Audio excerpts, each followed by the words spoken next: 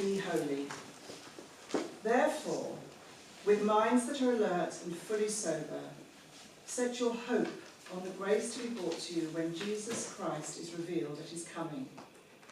As obedient children, do not conform to the evil desires you had when you lived in ignorance. But just as he who called you is holy, so be holy in all you do, for it is written, "Be holy, because I am holy." Since you call on a Father who judges each person's work impartially, live out your time as foreigners here in reverent fear. For you know that it is not with perishable things, such as silver or gold, that you were redeemed from the empty way of life handed down to you from your ancestors, but with the precious blood of Christ, a lamb without blemish or defect.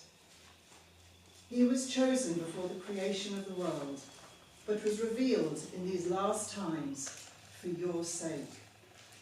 Through him you believed in God, who raised him from the dead and glorified him, and so your faith and hope are in God. Now that you have purified yourselves by obeying the truth, so that you have a sincere love for each other, love one another deeply, from the heart. For you have been born again, not of perishable seed, but of imperishable, through the living and enduring word of God. For all people are like grass, and all their glory is like the flowers of the field. The grass withers, and the flowers fall, but the word of the Lord endures forever. And this is the word that was preached to you. Therefore rid yourselves of all malice and all deceit, hypocrisy, envy, and slander of every kind. Like newborn babies, crave pure spiritual milk, so that by it you may grow up in your salvation, now that you have tasted that the Lord is good. So for those of you that don't know Cherry Redding is married to Ben, and they recently rejoined somehow. So I don't know if you want to say a little bit about yourself before you start, for some people that don't know Eva yet. Oh. Just maybe something where you live in the village. Or... Sure. Well, we've lived in the village for 18 years. And we live in a new build now. Don't tell everyone. We live in Eccleston Park, off Weavers Hill, with very nice next door neighbours. We're right next door to Ben and Laura. Which is lovely. Ask me a question, somebody. I'm not sure what to say. Children, thank you. Good question, Jenny. 4 children, 2 at home, Joy and Catherine, who, if you come to the 5 o'clock, you sometimes see them helping with the music. And then 2 away at university, 1 at Exeter. I know some people got more than 1 Exeter graduate in here, maybe 2. Oh no, someone else at Exeter. That's right. Ben's at Exeter too, isn't he? So that's Lydia. She's doing French and Mandarin. She's the oldest one. Heidi's doing nursing at Southampton. And we got a kitten on Wednesday. He's called Cheddar. It's the first time we've had our own house, and we promised the children we would get a proper pet. Because Catherine, since she was little, she had pet woodlice, pet snails, pet anything, so now we've got a proper cat. And he has hampered me a lot from trying to get more familiar with what I want to say this evening. I don't want to get tied to my notes, and I do want to make eye contact, but I am blaming the cat. Right, is that enough preamble? Good, we're good to go. There are bits where I've got questions, and I do expect you to heckle and to respond. If you've got questions, maybe write them down. We're going to have a pause in the middle and a pause at the end, so there'll be a chance then if you've got comments and questions as well. If you can't hear me, please do signal in some way in case I get quieter as I go along. Am I all right for volume at the moment? Yeah, okay, that's good then. So this is a real question for you. Do you have a particular favourite epic story? Any that you particularly enjoyed? Or indeed not enjoyed? Have you ever had to watch a really long epic and not enjoyed 3 hours worth of a film? I like The Green Mile. The Green Mile, thank you. I don't know that one, but I shall Google it when I get home. You need tissues for that one, I think, don't you? Yeah. You need tissues for that one, don't you? Yeah. Very good. Thank you. Anyone else with an epic story? Pride and Prejudice. Oh, sorry. Yes. Pride and Prejudice and War and Peace. Very good. Both very highbrow, very good. When I was a youngster, I used to really like reading The Lord of the Rings. And once I knew the story quite well, there were a few bits that I used to just skip out. Because you could do that with an epic, you can miss out a little bit and still have the flow of the whole story. Because the big story is, the grand storyline is bigger, isn't it, than the individual stories of the different characters. Their little individual character stories are part of the whole, and I think that's probably what makes it an epic, all those little character stories along the way, but a grand overarching storyline. In this letter that Peter's written to these Christians that are reading it for the first time, he wants them to see that their story is a small part of God's total story. So their individual stories are part of an epic, and for each one of us here this evening, your story is part of God's epic story. Isn't that amazing? And in contrast, a lot of people around us don't see that. For a lot of people around us, there is no overall meaning and purpose in life. There is no overarching epic story that they're part of. And so for them, they will have to invent their own meaning and purpose in life as best they can. And many of them do a decent job of that. Some of them get quite cross and uppity if anyone hinders them from trying to live out their life as they want to wish it to be.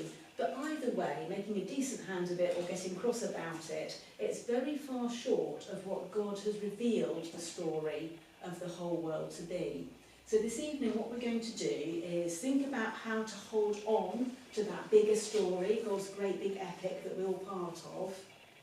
And we're also going to think about how that story is making a difference to how we live day in, day out, Monday through to Sunday. You've got a handout. Feel free to scribble notes on it if you want to. You could use it to answer questions in the discussion time. You can draw a cartoon. That's what that's there for. Whatever you want to do with it. All right, Ronan. Thank you very much. Yes. So the first point that I think comes from this passage is to keep telling yourself the plot line of God's total story. So if you look again at verse 13 to 15, our passage starts with a therefore, doesn't it? And a backwards glance at all the things that Peter has just said. And I know if you were able to be here last week, sadly I couldn't be here, but I know that Fernanda helped us go through those previous bits under the headings remembering what God has done and rejoicing in our hope. And I think what Peter's doing here sounds a little bit like a sports coach doing a pep talk for his team. I've never been on a sports team, but I imagine this is what it's like. Esther, I bet you've been on a sports team. Does it sound like this? Look back at everything that you've done so far and look ahead to the finish line. I think Peter's doing that in these verses. Look back at how you got here. Look and remember what God has done. Look ahead to the wonderful finishing line. Jesus bringing grace when he comes again. And if you look really closely at the bit where Peter says, with minds that are alert, what he actually says is gird up your minds, with your minds girding up. Now, girding up was what men typically did before they let... Here's a question for you. If you were to gird up a part of the body, keep it polite, your answers, what are you girding up? What's polite? What are you girding up? Normally, if you were to gird up something, it's not your minds, is it? Your loins, that's the polite word I was looking for, indeed. And it was using a piece of cloth to lift and wrap and protect the men's delicates. And they did it because they were going to leap into battle, into action. So girding up part of the body was meant to be preparing for action of some sort. And Peter is saying, gird up your minds. So apparently what you do to gird up your mind is to think about something. You see how he puts it? He recommends deliberately thinking about what? Setting your hope on the grace to be revealed when Jesus comes a second time. It's a bit like many people would say, to do positive thinking. That's often recommended, isn't it, to set your minds on something positive. That's the sense, in a way, girding up your minds. And Peter wants them to set their hope on Jesus coming back again. And that girding up of the minds is meant to prepare them for leaping into action of some kind. I haven't got time really to go into detail about these positive thoughts about the grace that's going to be brought when Jesus returns, but it is going to be perfect in every way.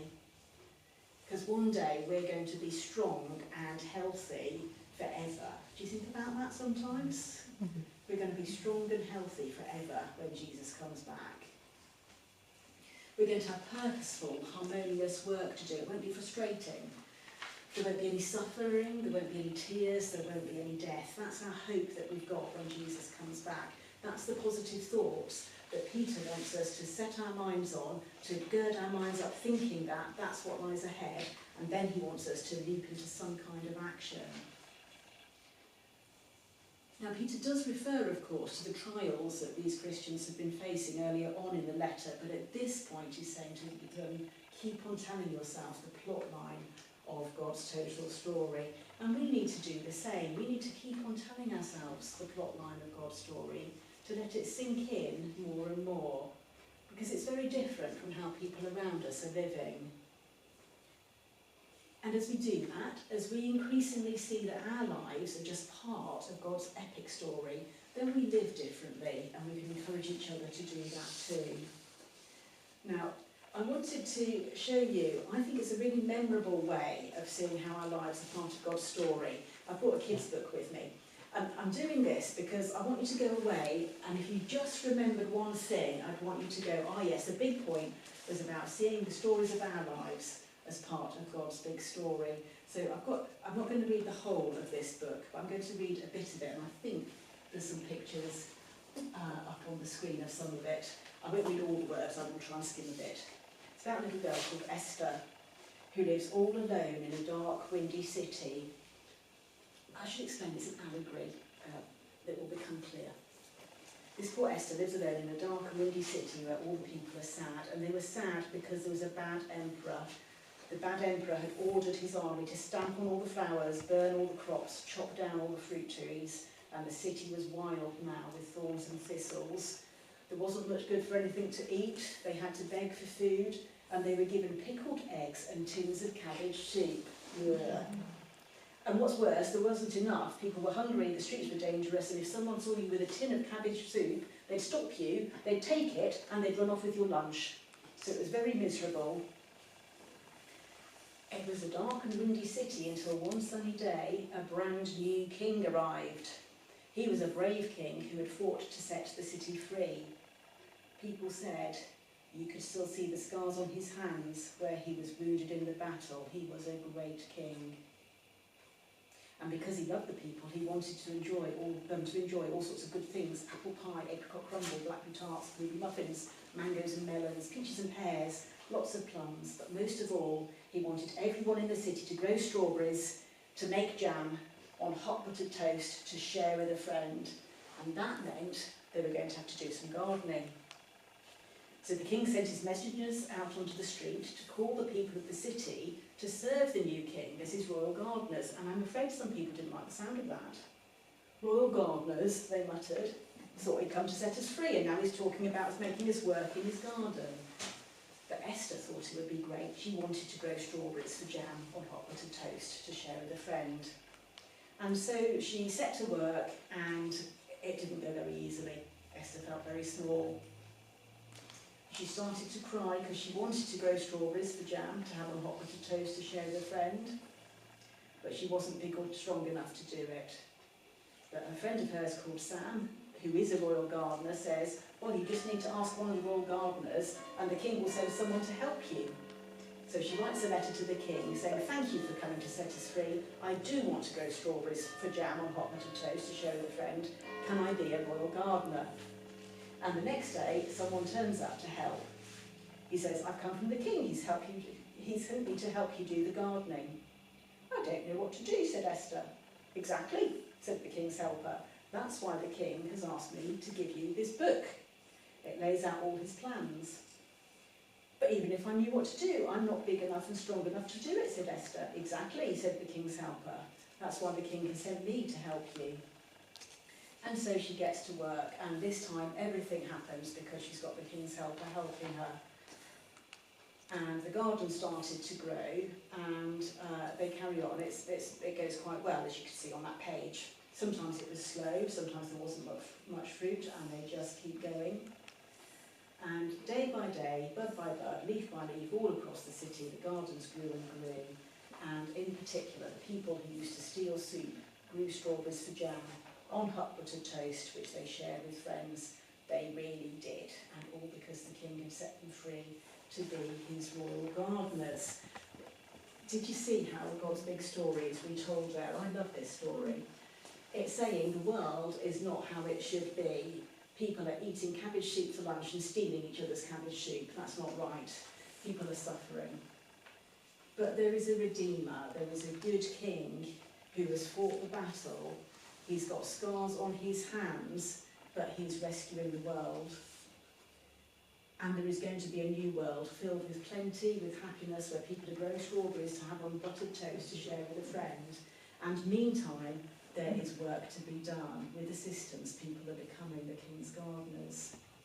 So for us, whatever our trials are now, they are one day going to be resolved when Jesus comes and brings God's perfect kingdom on earth. And meantime, the Lord's near to each one of us, and we're working for his kingdom as it will be in the future. So that's the first point, that's the longest point. Keep retelling ourselves the big storyline, God's epic story that our lives are part of. Now, Peter, as well as focusing the readers on God's story, he also warns us, don't settle for anything less. Have a look at verse 14 again. They used to be ignorant of their place in God's stories. They had lesser goals. They were focused on themselves and not on their role in God's story. It's like they were stealing cabbage soup. And if you look at verse 18 and 19 though, there's a good king who won a battle with scars on his hand. God has redeemed us from the previous life with Jesus' death on the cross. And this has always been the storyline, God's plan. Look at verse 20. Jesus was chosen before creation. So we were ignorant of God's story, but now we've been won over by that good king, and we've been brought into God's story epic, and our lives have got meaning and purpose within that. But we very easily lose sight of that. I don't think it's probably just me. Most days, I think, I can lose sight of God's story epic, and I'm sure there'll be more than one of us who are like that. We make ourselves, instead, the centre of a little story and forget God's big epic. And we kind of whisper a lesser story to ourselves. And we hear it repeated in the world around us too. And Peter doesn't want people to settle for that lesser story, and I want to encourage us not to settle for a lesser story. But how do we know what they are? I think there's a couple of clues that reveal to us what's important to us, the stories that we might be whispering to ourselves in mistake. And those two clues are this. One of them is the topics our thoughts turn to when we've got a bit of free time. And also the second clue, circumstances that provoke strong emotions in us. And just as an aside, some strong emotions are completely appropriate. The world is not how it should be. God's world is not how it should be, and sometimes strong emotions are absolutely the right response to that. And yet emotions tell us what we value, and sometimes what's become important to us is actually settling for a lesser story. I'm going to try and explain what I mean by this, because I thought it sounded a bit complicated when I was trying to explain it to the kitten earlier. He didn't understand it. An example from my life is what I'm doing with my free time thoughts at the moment. So we moved into the house at the end of January, and it's a real battle for me at the moment to try and keep my thoughts being totally consumed by the very slow progress that we're making with the house and the garden. And sometimes in the middle of it too, I get quite upset by lesser things in it. You know, like that person once said, nobody loves me, nobody cares, so I'm going down the garden to eat worms. You remember that expression? I can sometimes feel a little bit like that about it all. And I have to say to myself, no, look, in God's epic story, my worth is not in what people think of my house and my garden. My purpose isn't pursuing what people call the American dream, having your house and garden all sorted out just right. And my happy ending isn't people going around and going, oh, look, your garden looks lovely, or indeed what have you done with that. Those are just lesser stories, aren't they? In God's bigger, epic story, my worth is that Jesus saw fit to come and die for me. In God's epic story, my purpose is living for him. It's growing strawberries to have a hot buttered toast, to share with a friend. It's gardening for the king. And my happy ending is a future in his kingdom. So Peter says not to settle for desires that are lesser, that are smaller, for the desires we had when we were ignorant of God's story. So I wonder if you can think for you what's going on in life and what story might you actually be whispering to yourself that's a bit less than God's epic story. So, for example, who do you sometimes think is your real hope and saviour? Do you ever pin your hopes on somebody, probably somebody close to you, such that you actually get quite upset and cross with them when it turns out that they can't give you all the love and all the rescuing and all the everything that Jesus can give you? Do you ever do that? Or do you ever despair because you're actually trying to rely on your own self to be the saviour and you realise actually you're not able to, you're either weak, you're inconsistent, you're limited, you're not able to fix absolutely everything? Have you ever whispered that kind of lesser story where someone else or even yourself is the saviour rather than the powerful king with the scarred hands? It's a lesser story if you do that, and I do it, I know I do. What about this? What do you tell yourself is the source of your problems? Like when you get really riled by something, do you blame anything other than the ruler behind this world that's gone wrong? Do you instead blame an annoying family member, your spouse, a neighbour? Because if you do, they're not your enemy. That's a smaller story. It's a lesser story. Again, as an aside, in the case of domestic abuse, that's much more complicated. But God's story of our biggest enemy, who Jesus overthrew, that's still true. And I think sometimes we tell ourselves a lesser story and we get really cross, usually with someone close to us, and we shouldn't do that. They're not our enemy. Or instead, are you whispering to yourself in your story that you should be omnipresent, you ought to be there for everybody? Or that you should be all wise and all understanding and able to make decisions, being able to work out exactly what will happen, one thing after the next, so that you could exactly know what the right thing and the wisest thing was to do. I sometimes do that. Do you sometimes behave like you're meant to be the all-knowing, all-seeing creator of the world because you're not the almighty creator, you can't see everything, you can't understand everything, you can't be there for everybody. And if we're trying to do that as if we were the creator, well, I'm afraid that's a lesser story if we behave like the creator. There is a creator, he's much bigger. So if we're whispering any of those things to ourselves, then we're settling for a lesser story and it's going to be very stressful. But I hope there's times when you're finding rest and peace, when you are resting in God's bigger storyline, when you're accepting Jesus' invitation for all of us, when we're weary and we're heavy laden, to go to him and to find his rest and peace. I hope there's increasing amounts of time when you're seeing yourselves, as you should, as a character in God's epic story. Keep telling yourself that and don't settle for anything lesser.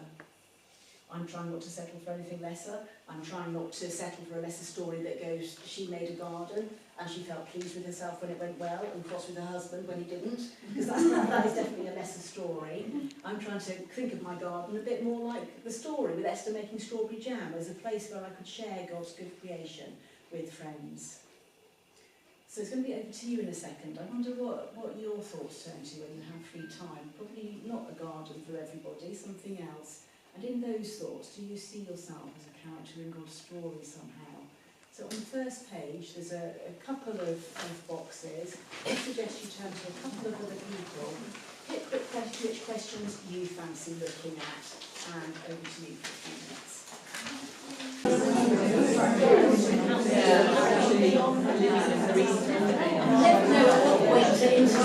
So I'm picking out.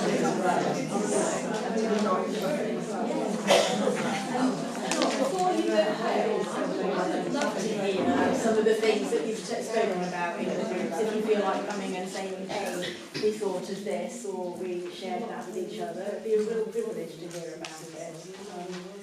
Obviously, if you've got to rush off, you do. Let's carry on with our passage though, and we are going to, that's the wrong page, we're going to talk about loving the other characters in God's story.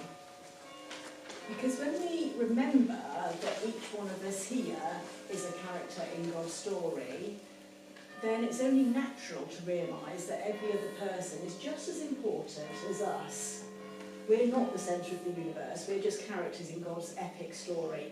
And so it makes perfect sense, doesn't it, where Peter says, love one another deeply. Of course you would, you're all characters in God's story. And I think Morag's going to take us further on this topic next week, on the famous passage about being built together like living stones.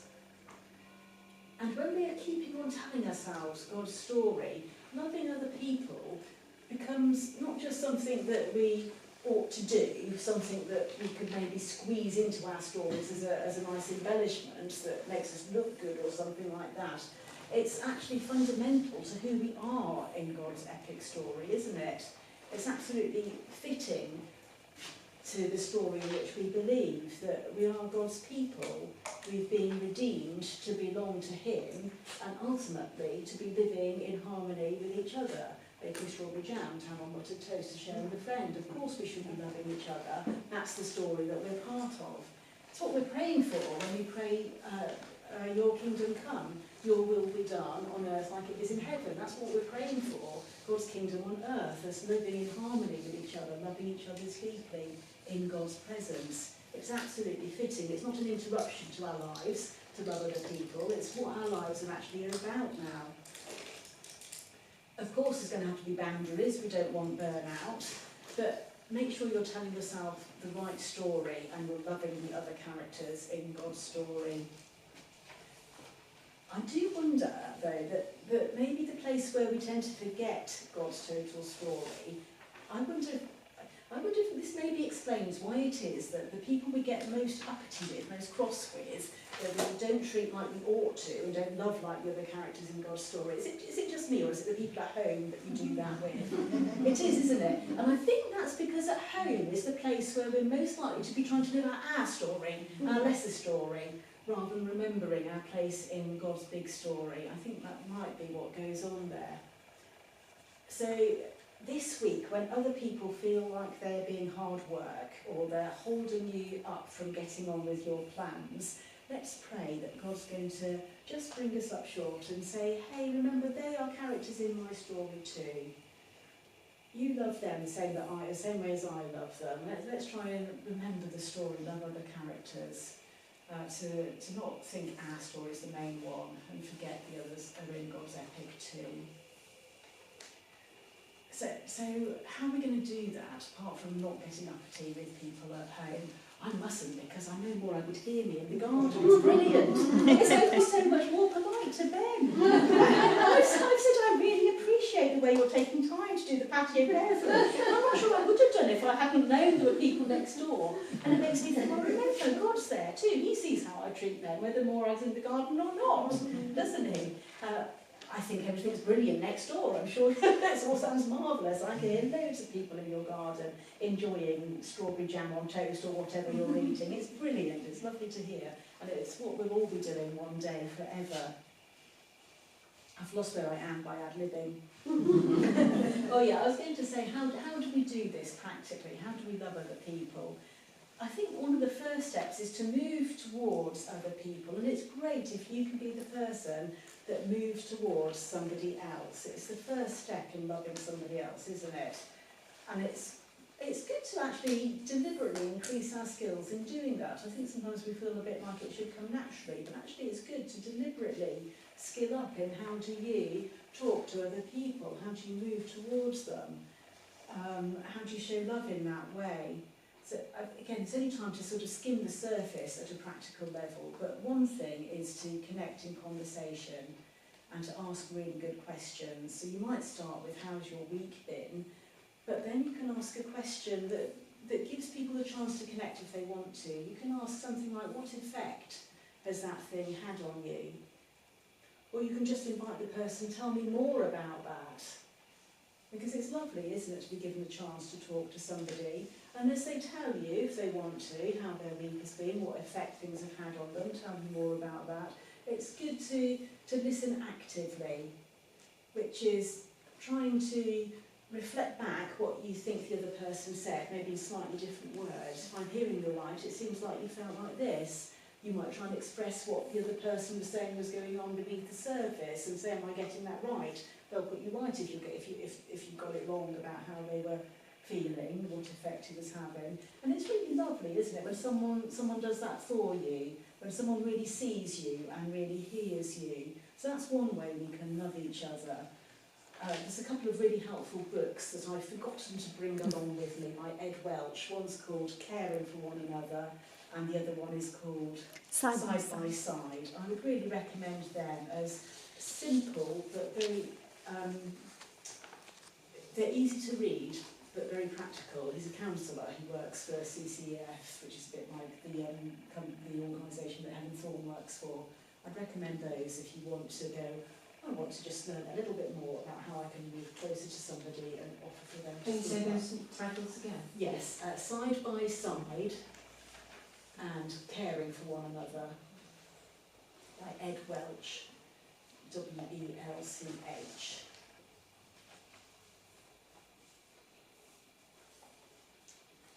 So, yeah, it's just very appropriate to love each other deeply, like Peter says, because we're all characters in God's story.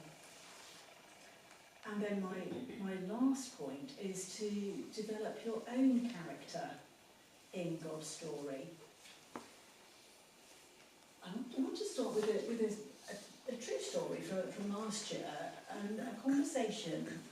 I'd ended up in the Worthing Mosque talking to the Imam, which I don't know normally where I would be, but last year Worthing Mosque had put on a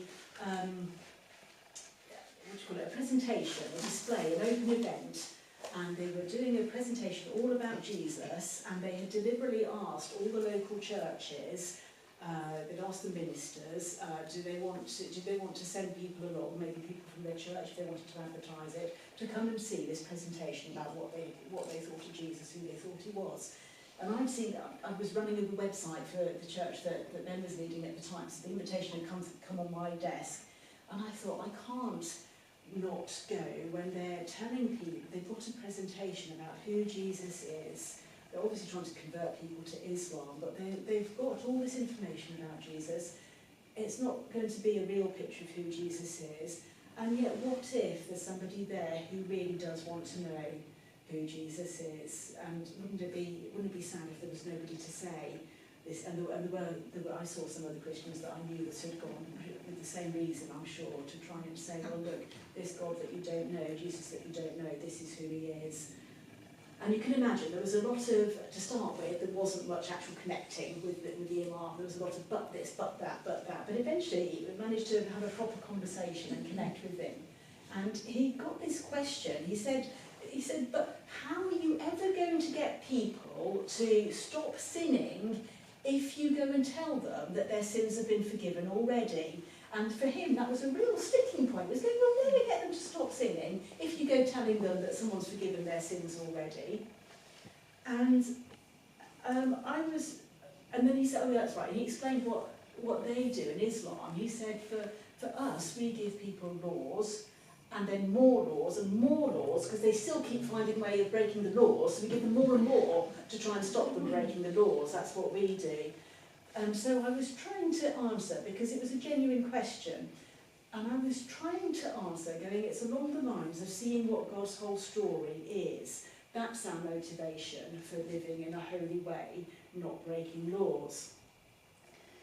I was trying to say that, very much like Peter saying here, we have been called out from a life where we were ignorant of God. We've been rescued at a great cost to the King, who's got scars on his hands, who's rescued us from that way of life that we were living before we knew God. And he's rescued us into a living hope, into an inheritance that's never going to perish, spoil or fade. And so it's natural for us to go, actually, we want to live that life that we're going to get in the future. We want to live it now. We've been rescued for it now. one day everything's going to be perfect and complete, but why not live like that now already? And when we see that bigger story, that's our motivation for being holy, because we've been rescued by a holy God. We've been brought out of lesser stories into God's greater story, and why on earth would we want to go into a backward step into the lives when we were ignorant of all that?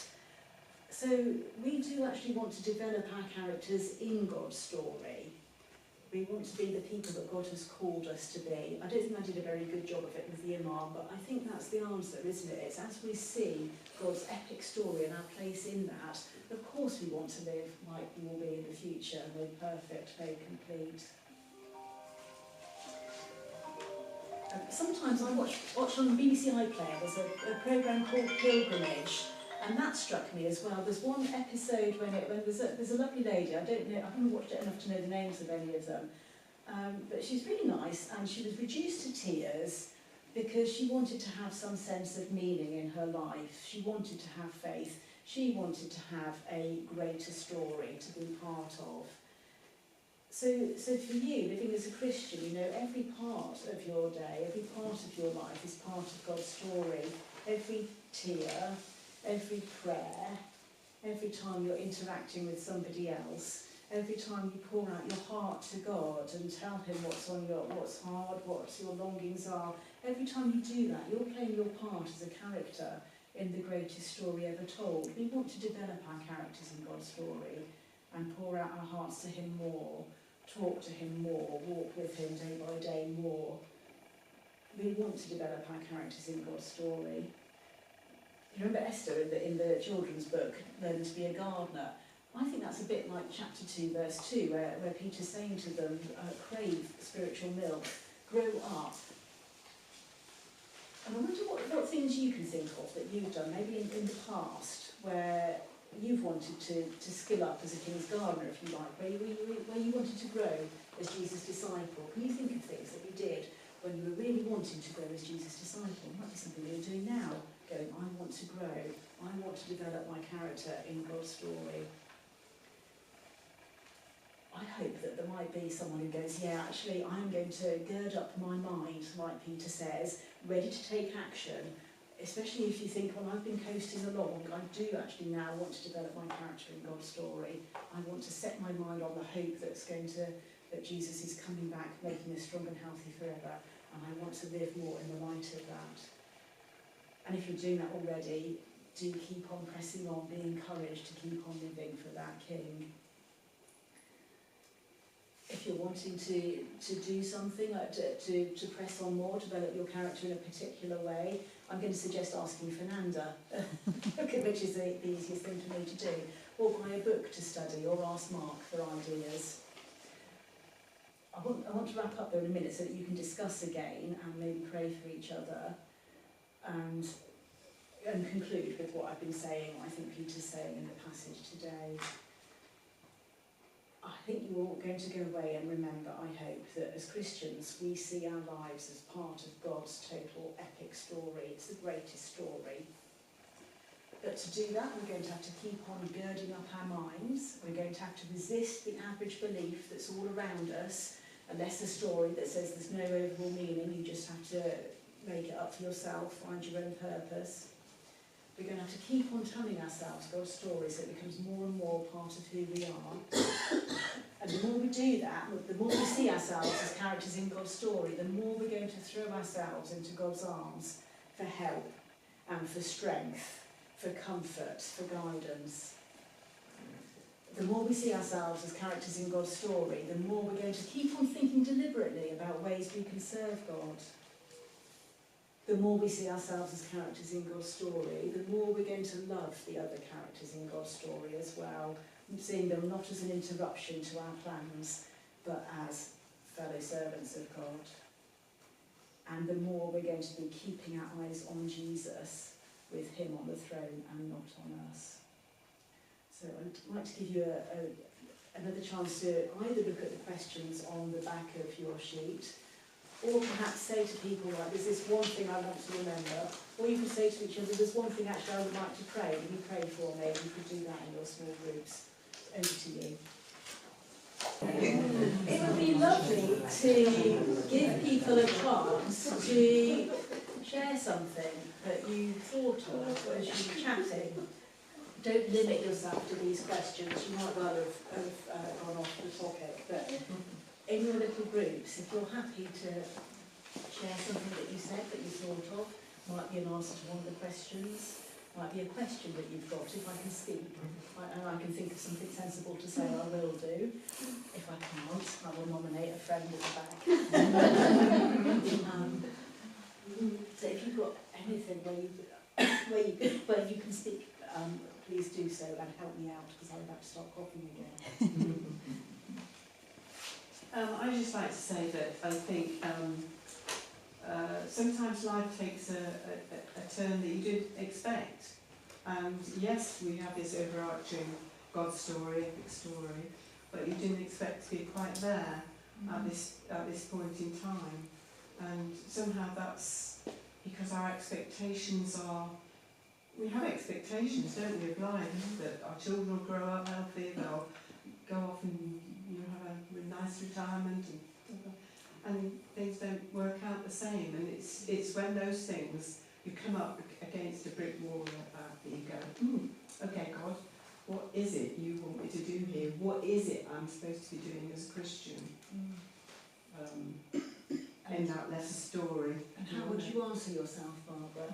Well, I know one of my daughters said to me, are you taking this to God? And I went, absolutely, shouting at him at the moment. Because yes, that's my natural, I've been a Christian a long time, that's my natural thing to do, is to say help. Yeah, that's right. But Wendy and I were just talking, and I think that the things that we're both sort of experiencing in our later life now are things that we never expected to happen, and how to deal with that, because nobody's written a book about it particularly. Anyone else with insights, comments, questions?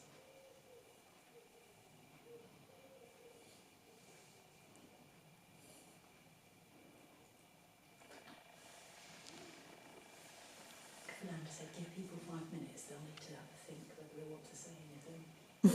There's a book called My Utmost for His Highest. Oh yes, Oswald Chambers, is that? Yes. So, What brought that to mind? What brought that to your mind? just thinking that of ourselves, we can't do anything without God. We can't be the person that we want to be, even to ourselves. Even what we want to attain to, we don't even understand what that is. So we're going to fail.